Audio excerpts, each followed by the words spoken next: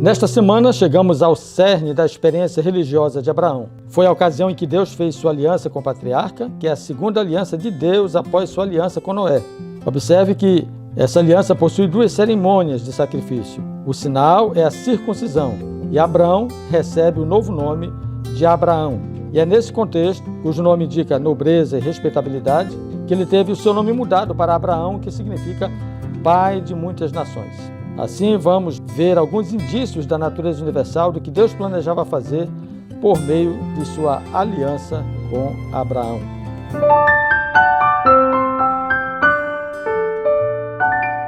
Olá, seja bem-vindo à nossa segunda lição da série de 3. Nós iniciamos na última semana com a lição 6, o tema do chamado de Abraão. Vá, esqueça seu passado. Mas para essa semana nós temos aquela segunda que eu já falei para vocês e vamos ver já esse tema, ok? Mas é o tema da nossa segunda série de 3 lições, 5, 6 e 7. Perdão, 6, 7 e 8. A pergunta do texto nos faz refletir sobre uma resposta que precisamos dar. Gênesis 15, 2 diz: Senhor Deus, que me darás se continuo sem filhos e o herdeiro da minha casa é o Damasceno Eliezer? Essa pergunta feita por Abraão informa alguma importante reflexão para a nossa vida. E qual é a informação que você recebe? Abraão respondeu ao Senhor: que me darás, uma vez que eu não tenho filhos? Você já colocou pergunta desse tipo para Deus, não no contexto de filho, mas na busca de uma resposta? É isso que nós vamos encontrar na lição dessa semana.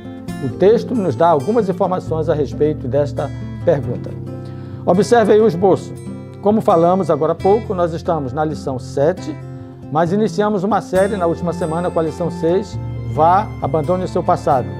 Nesta semana, não tenha medo, confie, tenha fé no presente. Próxima semana, só para você já ficar ligado, nós falaremos do outro chamado de Abraão. Vá, mas o convite é que ele abandone o seu futuro. Ok, para o nosso estudo hoje eu tenho 2 propostas. Primeiro, você trabalhar só com o personagem Abraão, você esquece a sequência temática, a sequência dos dias, enfim, foque só Abraão, porque a aliança foi feita com ele. Então o que é que você pode fazer? Trabalhar 3 declarações. Abraão creu, Abraão riu e Abraão intercedeu. Ou insistiu, ok? Se você trabalhar esses 3 temas apenas, você já desenvolve a lição de como um todo. Abraão creu, foi aquela promessa de Deus para ele, de que ele seria pai de uma multidão e que ele teria um filho, que não era o Ismael, ok?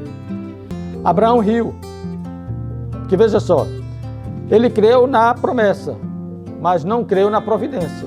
Nós vamos entender isso na lição, e você pode explorar isso com a sua unidade. Por que ele não creu na providência? Porque ele tomou as providências dele, ele foi e buscou Agar para resolver a sua situação. Afinal de contas, já se passaram 10 anos e a promessa não se concretizava. Então, Abraão creu, isso lhe foi imputado como justiça, isso aqui é um ponto importante, mas Abraão riu. Ele, é complexo você entender um pouco isso, mas veja, ele não desacreditou da promessa. Ele não acreditou, foi na providência de Deus.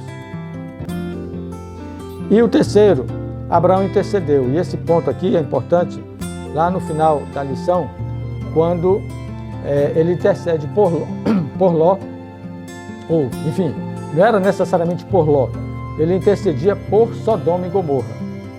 Isso mostra um aspecto importante da relação de Abraão com Deus e da relação de Abraão com o próximo. Ele não intercedeu apenas por Ló, que estava em Sodoma, do tipo assim, Senhor, dá um jeitinho, salva a minha família e o resto, tudo bem, pode queimar. Ele não foi nessa linha de abordagem. Ele não demonstrou em nenhum momento o egoísmo. Ele fez conta com números, não com pessoas, não importasse quem fosse. Ele conversou com Deus, confabulou com Deus, insistiu com Deus. E se houver 50, e se houver 20, e se houver, entendeu? E ele intercedeu pela salvação dessas pessoas. E olha, observe uma coisa interessante. Nem 10 se salvaram, porque se houvesse 10, segundo a palavra de Deus, ele teria poupado Sodoma e Gomorra. Foram 5. A parentela de de Ló se resumiu a 5. Ele, a esposa e as filhas. Ok? Pronto. Aí você finaliza a lição falando da aliança de Deus com Abraão, que estava ligado ao seguinte: não tenha medo, tenha confiança. Eu vou prover de você uma grande nação. Essa é a primeira proposta de abordagem. A segunda, que está englobando essa proposta, é um pouco mais ampla. Então você pode começar estudando a lição de domingo e segunda, juntos. E foca Abraão. Fé e dúvidas.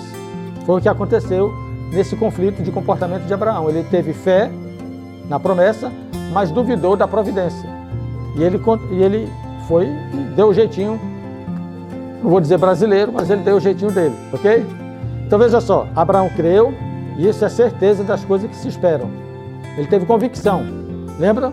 Ele viu Deus agindo através do sacrifício. Deus pediu que ele fizesse o sacrifício ficou lá e Abraão ficou esperando. Em algum momento Deus surge com fogo, passa pelo sacrifício e dá a Abraão a convicção de que ele precisava. Abraão teve certeza porque não viu e creu. E ele teve convicção porque viu a ação de Deus na sua vida. Segundo ponto, Abraão riu. É aquilo que eu falei agora há pouco, naquele outro modelo de abordagem. Ele creu na promessa, mas não creu na providência. Bom, aí você pode falar da lição de terça e quarta-feira sobre o tema da aliança e promessa. Então veja só que eu estou fazendo uma fusão de temas. Abraão, fé e dúvidas. Depois, terça e quarta, aliança e promessa. Alianças tem a ver com a circuncisão. Então você pode trabalhar esse tema da circuncisão com a sua unidade, lembrando que isso era uma marca na carne. E pode falar do tema da promessa, que Abraão teve o seu nome mudado para Abraão e, portanto, pai de muitas nações. Isso era uma marca no espírito. Então a circuncisão é uma marca na carne, a promessa, a mudança de nome era uma marca no espírito, na vida de Abraão, e que direcionava todo um foco para um futuro, que nós vamos estudar na próxima semana.